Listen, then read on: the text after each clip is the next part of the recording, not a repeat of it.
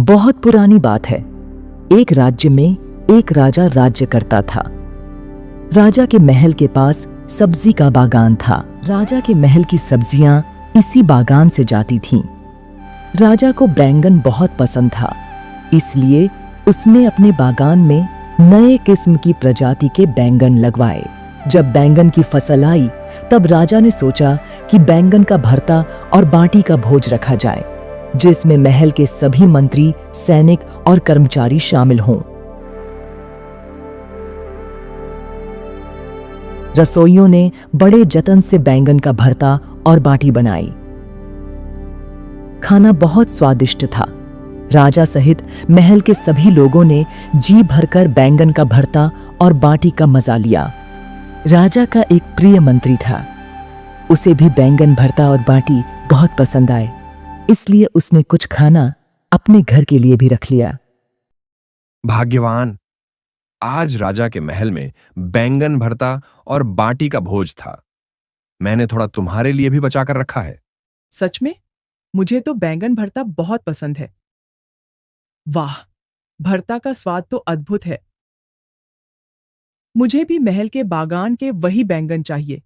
कल तुम महल से वही बैंगन ले आना। मैं भी भरता बनाऊंगी और हम फिर से जी भरकर बैंगन भरता और बाटी खाएंगे। भाग्यवान, ये राजा के बागान के बैंगन हैं। अगर कोई उन्हें चुराता है तो राजा उसे कठोर दंड देंगे। अगर मुझे राजा के बागान के बैंगन नहीं मिले तो मैं हमेशा के लिए मायके चली जाऊंगी। अगर मैंने बैंगन नहीं लाए तो यह मायके चली जाएगी। राजा का गुस्सा सह लूंगा, पर पत्नी को नाराज नहीं कर सकता। मंत्री को अपनी पत्नी के क्रोध के आगे राजा का क्रोध सहना ज्यादा आसान लगा। उसने तय कर लिया कि वह राजा का दंड सह लेगा, किंतु पत्नी को राजा के बागान से बैंगन लाकर देगा। अगली सुबह मंत्री राजा के महल पहुंचा और बागान का मुआयना करने लगा। मौका पाते ही उसने कुछ बैंगन तोड़ लिए और घर आकर पत्नी को दे दिए। मंत्री की पत्नी बहुत खुश हुई। शाम होते ही उसने बैंगन का भरता और बाटी बनाई। बैंगन का भरता बहुत ही स्वादिष्ट था। दोनों ने जी भरकर खाना खाया। ए जी, यह भरता तो पहले से भी ज्यादा स्वादिष्ट बना है। ए जी, हमने तो खा लिया, लेकिन हमारा बेटा छत पर सो रहा है। वह भी भूखा है। उसे भी स्वादिष्ट बैंगन भरता और बाटी खिलाते हैं। अगर हमने अपने बेटे को बैंगन का भरता खिला दिया तो यह बात राजा तक पहुंच जाएगी, क्योंकि हमारा बेटा कभी झूठ नहीं बोलता और वह सब सच बता देगा। अरे, वह तो बच्चा है, उसे क्या पता? उसे भी भरता खिलाना ही पड़ेगा। मंत्री के बार बार मना करने पर भी उसकी पत्नी नहीं मानी। मजबूर होकर मंत्री अपने बेटे को जगाने छत पर गया, लेकिन तभी उसके चालाक दिमाग में एक युक्ति सूझी।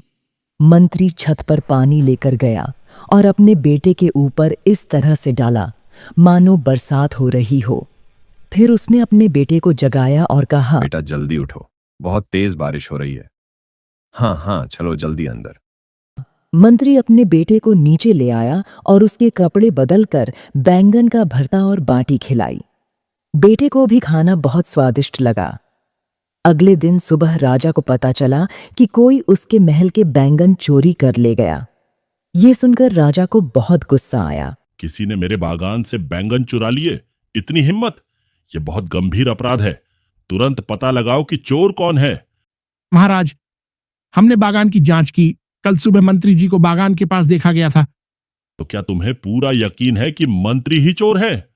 महाराज, हमने अपनी आंखों से उन्हें बागान में घूमते हुए देखा था, लेकिन हमने उन्हें बैंगन तोड़ते हुए नहीं पकड़ा। फिर भी मंत्री को बुलाया जाए। सच और झूठ का फैसला अभी होगा। मंत्री जी, क्या आपने महल के बागान से बैंगन चुराए हैं? महाराज, मेरी इतनी हिम्मत नहीं कि मैं आपके बागान से बैंगन चुराऊं। तुम्हारा बेटा कभी झूठ नहीं बोलता। मैं उससे पूछता हूँ।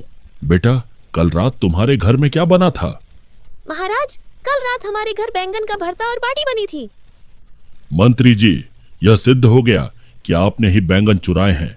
अब आपको दंड दिया जाएगा।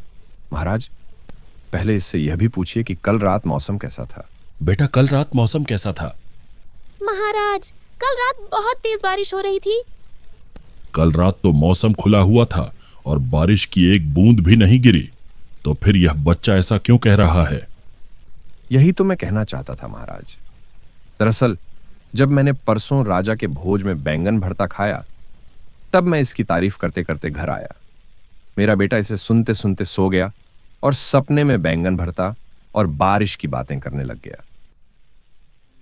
बेटे की बात सुनकर सभी को यकीन हो गया कि मंत्री ने ही बैंगन चोरी किए हैं। राजा समझ गया कि मंत्री ही बैंगन चोर है, लेकिन उसकी चतुराई से प्रभावित होकर उसने मंत्री को माफ कर दिया और उसकी बुद्धिमानी की प्रशंसा की। इस कहानी से हमें यह शिक्षा मिलती है कि बुद्धि से बड़ी मुसीबत को भी टाला जा सकता है।